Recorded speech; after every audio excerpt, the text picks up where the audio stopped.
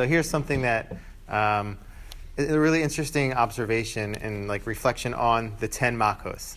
So if you want to join along with me, you can take out your chumash in front of you. I'm on page 327. So the Maharal, a 16th century mystic thinker, the Maharal, he talks about the 10 plagues, and he separates them into different groups. And he separates them based on a few different things. But the main one is, if you pay attention to how the plagues, how the warnings happen in each plague, you'll see a certain pattern.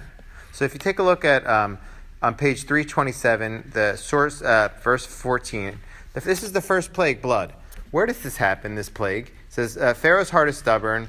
Go to him at the river's bank. So the first plague is that Moses goes to the river's bank and warns Pharaoh, if you don't do this, there's going to be blood all over the place. Now the next plague doesn't happen at the Nile. It happens on page 329, verse 26.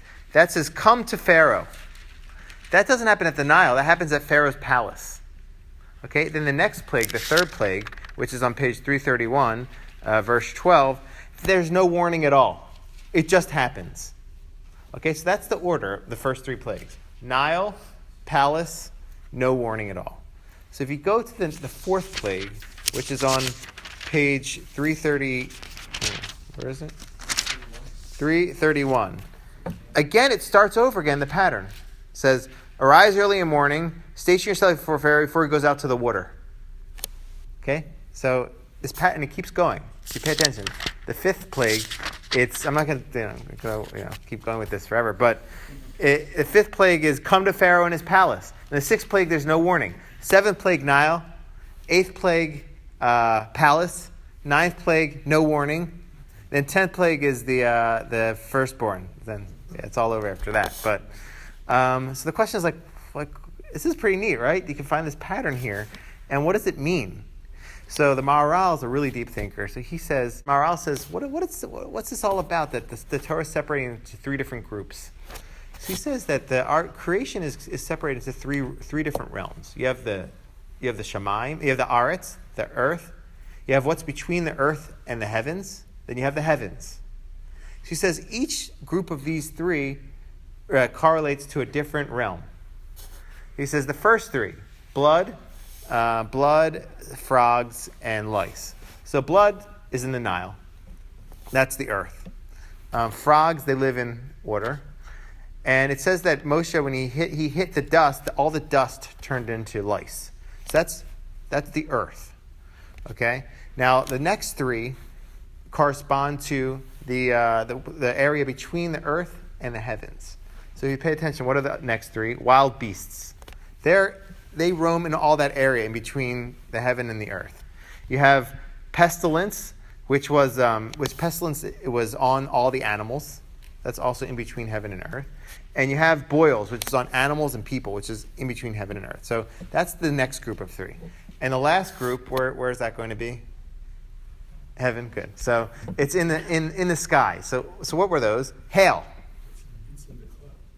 Yeah, it's in the cloud. Yeah. So hail is pretty up in the sky, right? Then you have the next one was locusts or like birds. So that's also in the heavens. And the last one was darkness. He says that kind of God played around with the luminaries. That's also in the heavens. So it's interesting, right? So you have like these three, earth, in between earth and heavens, and the heavens. And the last one, Maharal says, is the firstborn, and that's not even in this earth. That's about the soul. That's like another level. It's like the spiritual world. God took the soul. So the Maharal says that what you can extract from the Maharal is that what I'm trying to extract from him is that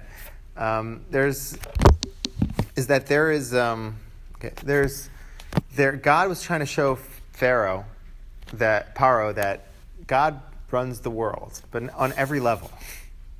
So sometimes you need a little wake-up call in life. So Pharaoh needed 10 of them to wake up, and God gave him step by step. He said, no, if you don't know that I run the earth, so I'll teach you. I run the earth.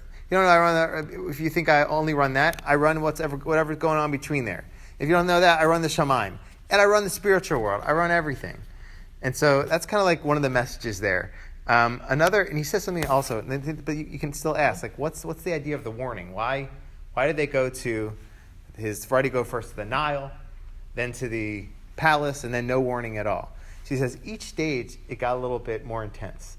So say, for instance, the first plague was at the Nile. So God's warning him not close to his house. He still has some space. He still can maybe deny it. Then God comes straight to his house and gives him a warning, his palace. Here's your warning right now. And then there's no warning at all. And so in each realm, it gets closer and closer to Pharaoh's heart and Pharaoh's being to try to convince him of that. So I think that's like one message is like from this is that God is in charge of everything. But another message is that there are two ways to in our service of God to connect to God. One is through makos, through plagues, through tough times. Sometimes we get to know God much better in tough times. When things are tough, you try. You're looking for meaning, you're looking for some depth.